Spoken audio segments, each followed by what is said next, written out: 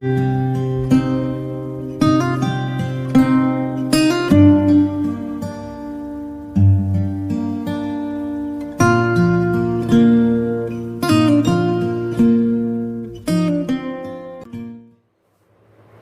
good morning.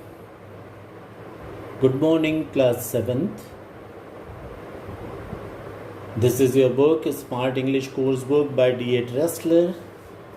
Good Luck Publishers limited की publish की हुई, और हम लोग पढ़ रहे थे अ pump that made a difference.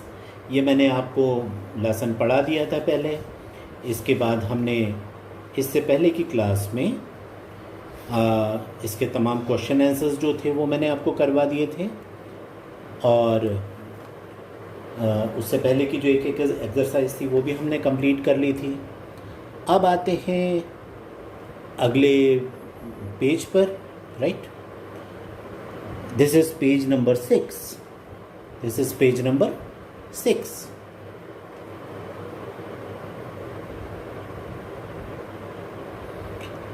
तो चलिए यहाँ पर क्या क्या है ये देखें।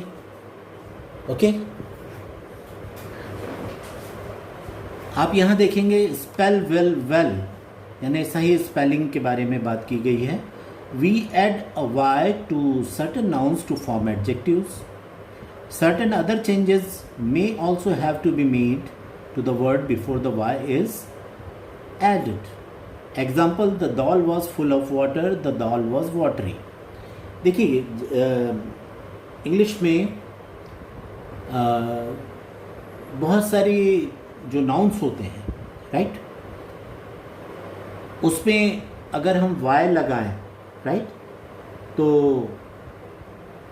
एडजेक्टिव्स बन जाते हैं। एडजेक्टिव्स आपने पढ़े होंगे हिंदी में भी, इंग्लिश में भी। तो जैसे यहाँ पर एक एग्जांपल दिया हुआ है कि the dal was full of water. एक घर में दाल बनी हुई है, उसमें पानी ज़्यादा पड़ गया है, राइट। तो फुल ऑफ वाटर को हटाकर हम ये कह सकते हैं कि दाल वॉज वाटरी। वाटर में वाई लगा दिया तो वाटरी बन गया। यानी ये एक एडजेक्टिव है जो दाल के बारे में आपको बता रहा है। दाल एक नाउन है कि it is full of water, तो इसको फुल ऑफ वाटर पूरा का पूरा लिखने के बजाय हम द दाल वॉज वाटरी भी लिख सकते हैं, राइट। ये सब करने से होता यह है कि आपकी भाषा ज़्यादा खूबसूरत बनती है ना। एडजेक्टिव्स वगैरह जो लगाए जाते हैं उसका मकसद होता है भाषा की खूबसूरती को बढ़ाना। तो चलिए आगे बढ़ते हैं। यहाँ पर इसमें एक्सरसाइजेस नीचे कुछ 5 सेंटेंसेस दिए हुए हैं जिसमें इसी तरह से हमें एडजेक्टिव्स बनाने हैं, राइट। तो मैं कोशिश करूँगा कि आपको क्लियर नज़र आए ये। चलिए, पहला है the oranges were full of juice, right. The oranges were full of juice. ये जो फुल ऑफ जूस है, इसकी जगह हम अगर जूस में, राइट, वाई लगा देते हैं सिर्फ, तो जूसी बन जाएगा। जूसी का मतलब ही होता है जिसमें बहुत ज़्यादा रस हो, राइट। तो वाक्य बन जाएगा द ऑरेंजेस वेयर जूसी। रसीले, जिसमें बहुत रस हो, है ना। ये पहला वाक्य कह रहा था कि the oranges were full of juice, मतलब संतरों में बहुत ज़्यादा रस था। और इसको हमने दूसरे तरह से कहा कि संतरे रसीले थे, right. The oranges were juicy. अब आते हैं second page. I slipped and fell because the road was covered with mud. मैं फिसल कर गिर पड़ा क्योंकि सड़क पूरी तरह से कीचड़ से भरी हुई थी, राइट। तो द रोड वॉज के बाद कवर्ड विद मड जो है, इसको अगर हम मड में एक वाई लगा दें तो मडी हो जाएगा। यहाँ पे डबल डी वाई हो जाएगा। तो the I slipped and fell because the road was muddy. यहाँ पे आप देखेंगे कि तकरीबन पूरा ही सेंटेंस वैसे ही लिखा जा रहा है, केवल जो नाउन वहाँ पे यूज हुआ है उसमें एक दो वाक्यों को हटाकर वाई लगाकर एक एडजेक्टिव बना दिया जा रहा है और मतलब में कोई फर्क नहीं आ रहा। I slipped and fell because the road was muddy, है ना, कीचड़ वाली सड़क, मड से बना मडी, राइट। थर्ड पर आते हैं, the soda was full of bubbles. आपने सॉफ्ट ड्रिंक्स ली होंगी कभी, तो सोडा आप जानते होंगे, राइट, कार्बन डाइऑक्साइड उसमें घुली हुई होती है पानी में। तो जब भी इसकी बोतल खोली जाती है तो एकदम बुलबुले आते हैं, और अगर धोखे से कभी आपने उसको शेक कर लिया है, राइट, उसको हिला दिया बोतल को और उसके बाद आप खोलें तो अचानक एकदम स्प्रे जैसा होता है, राइट। वही कह रहा है कि the soda was so full of bubbles that drops of it splattered on my face. सोडे में इतने ज़्यादा बुलबुले थे गैस के कि उसके जो ड्रॉप्स थे, फाइन ड्रॉप्स, बूंदें थी सोडे की, वो मेरे चेहरे पर आ गई। तो बबल से बना देंगे हम Babli. The soda was so Babli, BUBBLY, the soda was so bubbly that drops of it, बाकी यहां से पूरा का पूरा वैसे ही लिख देंगे, the soda was so bubbly that drops of it splattered on my face, right. तो ये हो गया। अब नंबर 4 पर आते हैं। नंबर 4 है the dishes were dirty and full of grease. Grease को अगर हम ई हटा के वाई लगा देंगे तो ग्रीसी हो जाएगा, और यही करना है, the dishes were dirty and greasy. Grease कहते हैं चिकनाई को। तो जो डिशेस थी या जो प्लेटें थी, थालियां थी, वो गंदी थी, खाना वाना खाने के बाद जैसे रखा जाती हैं, और उसमें बहुत ज़्यादा चिकनाई थी, राइट। तो यही लिखा जा रहा है कि the dishes were dirty and greasy, right. लिख लिया होगा आपने। अब number 5, the sky was dark and covered with clouds. जब बादल छाए होते हैं बहुत सारे, है ना, आसमान में, तो हम उसे क्लाउडी कहते हैं, क्लाउड से बनता है। तो the sky was dark and cloudy, cloud में वाई लगा दिया, इसको हटाकर क्लाउड में क्लाउड्स लिखा हुआ था तो उसका सिंगुलर होता है क्लाउड, क्लाउड में वाई लगा दिया, क्लाउडी हो गया। बन गया वाक्य the sky was dark and cloudy. तो ये आपने एक एक्सरसाइज कर ली। इसमें ये जितने भी आपने बनाए हैं, चाहे वो क्लाउडी हो, चाहे वो ग्रीसी हो, बबली हो, मडी हो या जूसी हो, ये सारे के सारे एडजेक्टिव्स हैं, याद रखिएगा, ठीक है, एडजेक्टिव्स कहलाते हैं ये। अब आगे आते हैं हम, read the following words ending in double E and add 5 more similar words. यहाँ पे आप देख रहे हैं, जैसे ये एक है पहला COMMI कितने सारे लेटर्स डबल हो रहे हैं, देखिए, MMITTE कमिटी, राइट। दूसरा है COFFE कॉफी। तीसरा है गारंटी, GUARANTEE गारंटी। तो आपसे कहा जा रहा है कि डबल ई लगे हुए ऐसे आपको कुछ 5 शब्द और बताने हैं, राइट। हमने ये लिख लिए हैं 5 शब्द। अपॉइंट से बना है appointee, APPOINTEE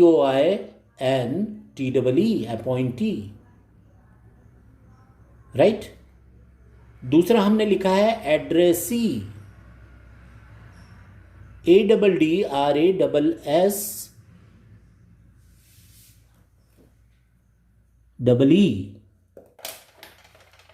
addressee, right. ADDRASSEE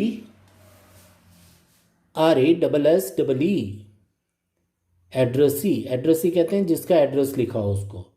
तीसरा हमने बनाया वारंटी, WARRANTEE वारंटी। आप कोई चीज़ खरीदते हैं तो आपको उसमें लिखा रहता है कि भाई 1 साल की वारंटी है इसमें, यानी कि 1 साल से पहले अगर वो चीज़ ख़राब होगी तो उसकी जिम्मेदारी कंपनी वालों की है, वो सुधार कर देंगे, इसे वारंटी कहते हैं। इसके बाद है अगला शब्द मॉर्टगेजी, MORTGAGEE, मॉर्टगेजी। मॉर्टगेज से बना हुआ है मॉर्टगेजी, राइट, जो गिरवी रखता है उसे कहते हैं मॉर्टगेजी। अगला 5वां जो वर्ड दिया हुआ है वो है कंसाइनी। इसमें जी साइलेंट है इसके प्रोनाउंसिएशन में, CONSIGNEE, कंसाइनी। कंसाइनमेंट कहलाता है कि कोई चीज़ आपने किसी को भेजी है, सपोज एक किताब का बंडल आपने भेजा है, तो वो जो किताब का बंडल है वो कंसाइनमेंट कहलाता है, राइट। और ये कंसाइनमेंट जिसको भेजा जा रहा है वो कंसाइनी कहलाता है, राइट। तो ये कंसाइनी, ओके, फाइन। अब सिनोनिम, अब अगला जो आपसे बताया जा रहा है वो है कि synonyms are words that are similar in meanings. Hindi में आपने पढ़ा होगा पर्यायवाची शब्द, समान अर्थों वाले शब्द या समानार्थी शब्द जिन्हें कहते हैं, राइट।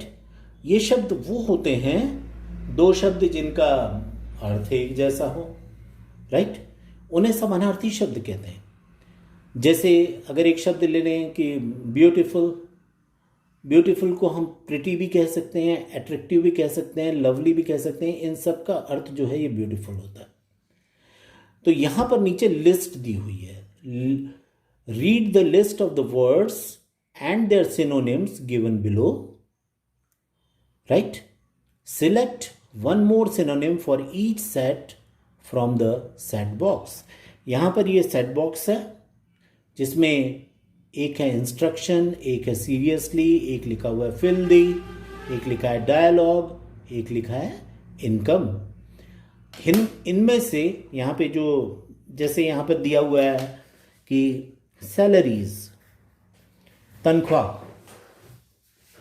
उसके साथ एक दिया हुआ है अर्निंग्स, राइट, कमाई। इसी से मिलता जुलता एक शब्द हमें चुनना है। आप देखेंगे इनकम, इनकम को आमदनी कहते हैं। तो चाहे वो तनख्वाह हो, चाहे कमाई हो, चाहे इनकम यानी आमदनी हो, इनके अर्थ एक जैसे हैं, राइट। तो ये इसका सिनोनिम है, ओके। दूसरा एजुकेशन, लर्निंग। यहां पे से कोई हमें शब्द ढूंढना है जो इसका समानार्थी हो, तो मुझे मिलता है instruction. Education, learning, instruction, right. Instruction निर्देश को कहते हैं। जैसे टीचर्स आपको पढ़ाते वक्त कुछ निर्देश देते हैं कि आपको ऐसा करना है, या मैं आपको बता रहा हूं, यहां पे समझा रहा हूं कि इन चीज़ों में दरअसल करना क्या है आपको, तो ये मेरे इंस्ट्रक्शंस हैं, राइट। तो ये सीखने के काम में आते हैं, एजुकेशन, लर्निंग, इंस्ट्रक्शंस। तीसरे पे आते हैं कन्वर्सेशन, टॉक, बातचीत और वार्तालाप जिसको कहते हैं हम। यहां पर है डायलॉग। ये शब्द आपने सुना होगा, अक्सर इस सेंस में सुना होगा कि फिल्म के डायलॉग, लेकिन इसका एक्चुअल मीनिंग आप समझिए, डायलॉग, राइट, मतलब दो लोगों के बीच में होने वाली जो बातचीत होती है उसको डायलॉग कहते हैं। अगर कोई अकेला आदमी बोल रहा है, अपने आप ही बोल रहा है, वो खुद अपने से बात कर रहा है, राइट, उससे कोई बात करने वाला नहीं है, अकेला ही वो बोल रहा है, तो उसे मोनोलॉग कहते हैं। मोनो मतलब वन, डाई मतलब दो, तो मोनोलॉग, डायलॉग, राइट। तो DIALOGUE, डायलॉग, राइट। ये डायलॉग का मतलब होता है दो लोगों के बीच में जो बातचीत होती है उसको डायलॉग कहते हैं। तो आपको समझ में भी आना चाहिए। तीसरा ग्रेवली, सीवियरली, इसका बनेगा सिंसियरली, सॉरी सीरियसली। ग्रेवली का भी मतलब सीरियसली होता है और सीवियरली का मतलब भी सीरियसली होता है। Is Gravely injured, he is seriously injured, he is severely injured. किसी को बहुत बुरी तरह से कोई घायल हुआ है तो ये तीनों शब्द हम लगाते हैं, he is Gravely injured, he is severely injured और ही इज सीरियसली इंजर्ड। ये बिल्कुल समान अर्थों वाले शब्द हैं, राइट। तीसरा है डर्टी अनक्लीन, गंदा, जो साफ सुथरा ना हो, अनक्लीन। फिल्दी, FILTHY, फिल्दी, जो यहाँ पे दिया हुआ है आपके, ये भी फिल्दी शब्द भी उसी कैटेगरी का है, राइट। इसके अलावे ये तो आपने भर लिए होंगे, मैंने कुछ और भी जो दिमाग में आ रहे थे आपको कुछ सिनोनिम्स मैंने लिख दिए यहाँ पर, जैसे हम्बल, पोलाइट, विनम्र जिसको कहते हैं, सैड, अनहैप्पी, दुखी, सिक, इल, ILL, slim, thin, old, ancient, rich, wealthy. तो इनमें से कुछ शब्द आपको पता होंगे, उसकी जगह अगर कोई और भी शब्द आप यूज करना चाहें तो यहां पर आपको सिनोनिम्स उसके होना चाहिए। और हमें एक से एक ही चीज को बोलने के लिए एक से ज्यादा अगर शब्द आपके पास हैं तो इससे आपकी लैंग्वेज रिच होती है, सुधरती है और अच्छी बनती है, राइट। तो सिनोनिम्स और एंटोनिम्स, एंटोनिम्स कहलाते हैं विरोधार्थी शब्द, विरुद्ध शब्द, विपरीत जिनका अर्थ होता है, राइट। तो हमें इसके बारे में जानकारी होनी चाहिए, राइट। अब आते हैं नीचे वाले, इसमें स्मार्ट लैंग्वेज वाला जो आपका कॉलम है, इसको दिखाता हूँ मैं आपको कि a sentence is a set of words that expresses a complete thought. मतलब एक वाक्य क्या होता है? एक वाक्य होता है कुछ शब्दों का समूह, अ सेट ऑफ वर्ड्स, जो एक्सप्रेस करता है एक कंप्लीट थॉट को, एक विचार को प्रकट करता है। मीनिंगफुल मैंने आपको बताया था, याद होगा कि set of words which has a meaning is called a sentence, कि ऐसे शब्दों का समूह जिसका कोई अर्थ निकलता हो उन्हें हम सेंटेंस कहते हैं। अब सेंटेंस कई तरह के होते हैं, इसके बारे में यहाँ पे जानकारी दी जा रही है आपको।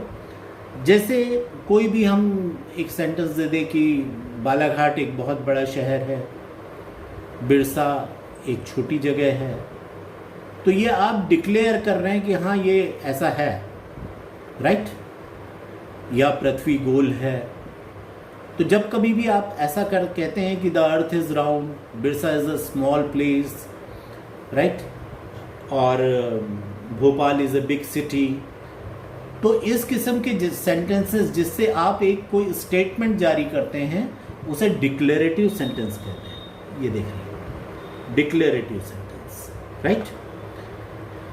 इसके अलावे पॉजिटिव, नेगेटिव और इंटरोगेटिव सेंटेंस तो आप जानते हैं। पॉजिटिव सेंटेंस वो होते हैं, राइट, जिसमें आप कोई चीज़ पर हामी भरते हैं कि भाई हाँ ऐसा है। जैसे Himmat's village was among the few that got water through pipeline. Himmat का गांव ऐसे कुछ गांव में से एक था जिसमें पाइप के जरिए घर घर तक पानी पहुंचाया जाता था। तो ये पॉजिटिव है। निगेटिव सेंटेंसेस वो होते हैं जिसमें ना कहा जाता है, किसी चीज को नकारा जाता है, राइट, ऐसा नहीं होता, right. There is less water underground so it is not reaching the taps.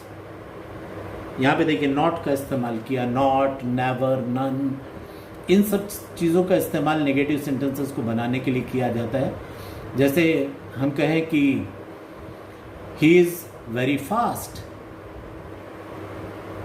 या he is a fast runner, he is not a fast runner. वो तेज दौड़ता है, वो तेज नहीं दौड़ता है। जब हम नहीं दौड़ता है कहेंगे तो ये नेगेटिव सेंटेंस होगा। इसके अलावे जैसे मैंने आपको बताया कि एक इंटरोगेटिव सेंटेंस भी होता है। जितने भी आपके प्रश्न पूछे जाते हैं, यानी हु इज हिम्मत अगर आपसे पूछा तो ये उसके आगे क्वेश्चन मार्क, तो ये एक इंटरोगेटिव सेंटेंस होगा। इंटरोगेटिव सेंटेंस का मतलब ही होता है, इंटरोगेशन का अर्थ ही होता है कि प्रश्न करना।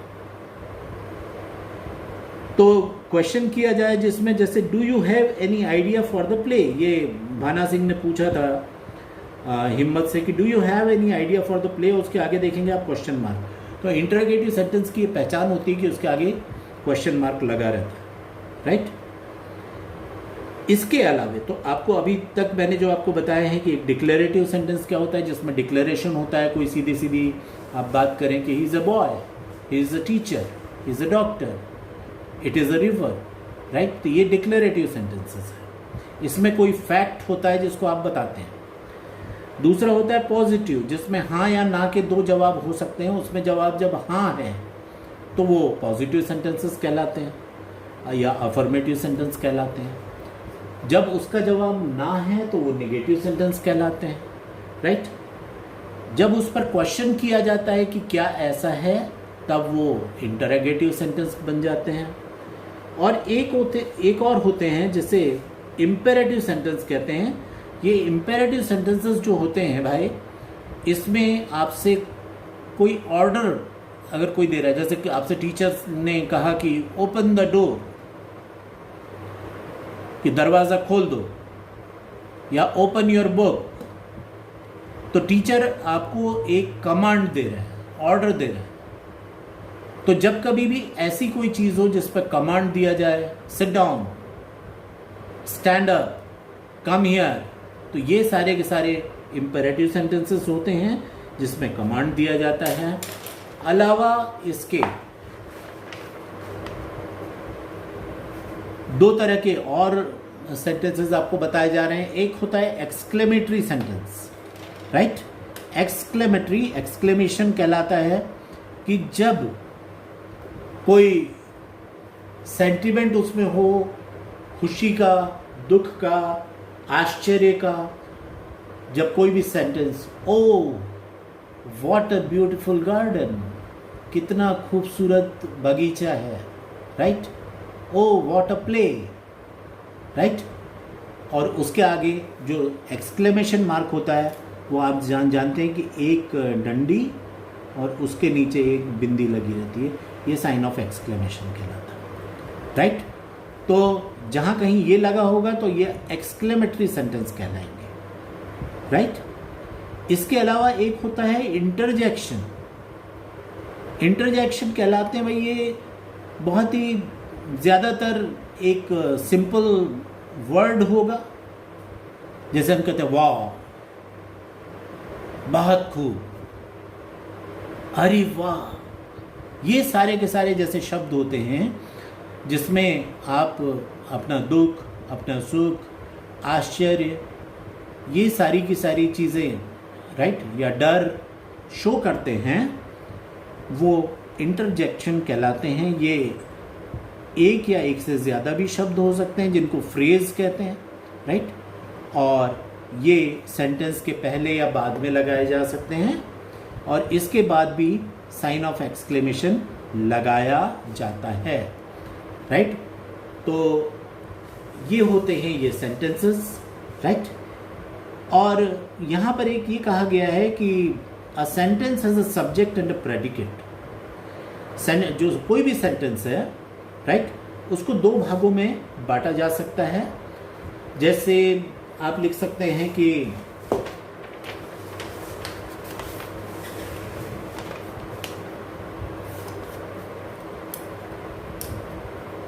Tiger is a wild animal.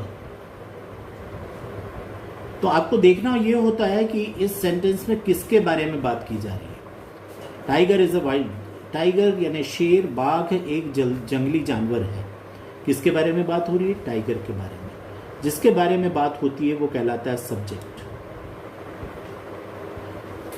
तो सेंटेंस को दो भागों में बांटा जा सकता है, एक सब्जेक्ट यानी कि जिसके बारे में बात की जा रही है, और दूसरा होता है वो जिसके बारे में जो कुछ भी कहा जा रहा है उसे कहते हैं प्रेडिकेट। Subject and predicate. तो कोई भी सेंटेंस जो होता है उसकी पहचान ही ये होती है कि उसमें एक सब्जेक्ट होता है और एक प्रेडिकेट होता है, राइट।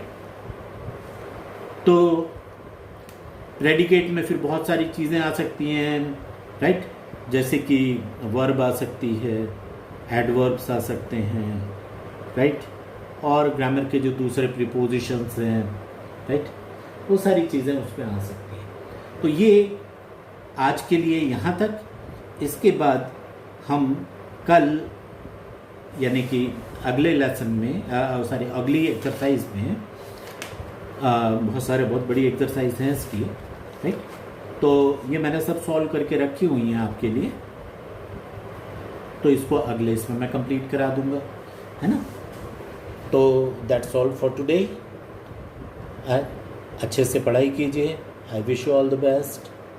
Thank you.